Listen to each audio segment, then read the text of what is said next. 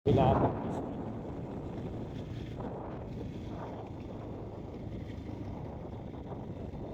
Ah, bukid pero simentado. Oh.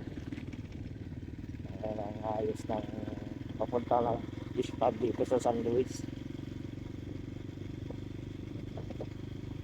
Kaya masarap dinadaanan yung mga bukid-bukid lang. Magkanong sasakyan. Tapos, wala sa dubo. Ayan. Uy! Ayan. Ayan na. Isda na niya. Ano, may nagkakarga pala dito. Ayan.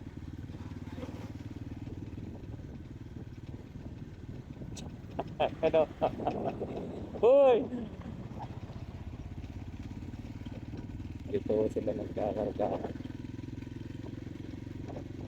May tubig yung daan dahil kagabi may konting ulan na ginawa yung kalangitan natin.